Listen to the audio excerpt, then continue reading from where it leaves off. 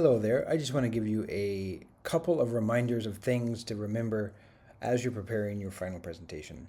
These are some things that I noticed both in the midterm presentation and as I've been talking about presentations with students during these one-on-one conferences.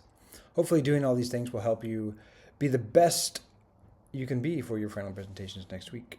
All right, so the first thing to remember is don't forget to properly do all the references and citations that you need in your presentation. So things that you need to cite in your presentation are any images that you use on slides, any sources that you used for information in your final presentation. All of those will need a citation. That includes an oral citation when you're giving the presentation, and that includes a reference on the reference slide at the end of your presentation. You need both of those things. And finally, make sure you're following the proper style for each of those things.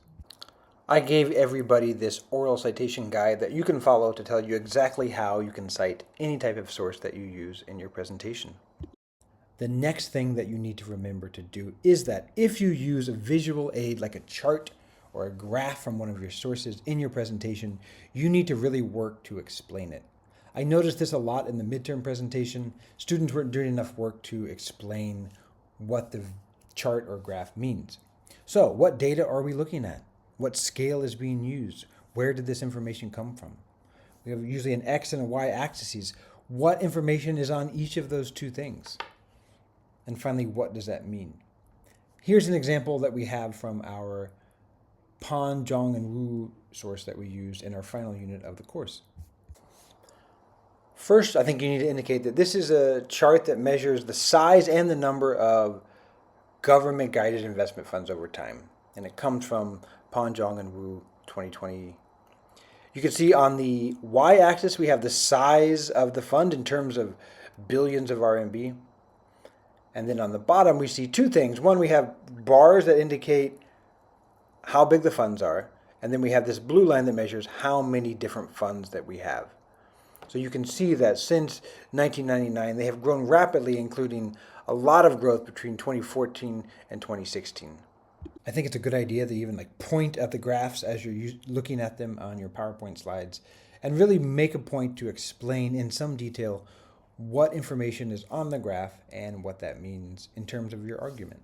Finally, the last thing to remember as you prepare for your final presentation is to remember and focus on the fact that signposting is a crucial part of having a good argument. We really need to be able to follow your argument, and the way that we're able to do that is when you use lots of language that guides us around the presentation. We practiced that together in our group presentation on finance in China when different groups had different arguments from those challenging sources. Things that we worked on in that include stating very clearly what your argument is, previewing the structure of your body, and then in the conclusion, reviewing the scope of your argument. And then between different parts in your body, don't just say next or also or additionally, have a longer transitional sentence that explains the movement from one idea to the next. It needs to be very clear that we're moving on into a new part, and we would like to see some information about how these two parts are related. The final thing I want to point out is that I've noticed a lot of students in their slides or in their outlines, they speak in terms of argument 1, argument 2, argument 3, or different subclaims. And I think we want to avoid that kind of meta language. Don't talk about the subparts of your argument. Talk about another reason, another factor, another idea. Use more natural language than my first argument is, my second argument is, etc. Use traditional language that just like you would if you were explaining this to your mom or a friend or another classmate.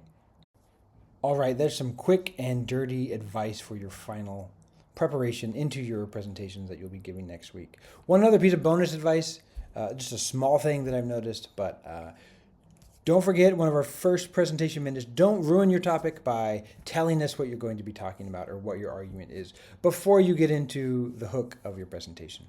You can do this with your slide or by telling us, but don't. Just start talking. The other thing is you don't need to introduce yourself. We all know everybody's name. We've been in class together for 15 weeks. There's no need to introduce everybody. So you can just get up there and then you start talking straight into the hook. and then you'll lead us into what your argument is and that final presentation. Again, I am looking forward to seeing everyone's presentation, and let me know if you have any other questions as you do work over the weekend. I'll see you all on Tuesday.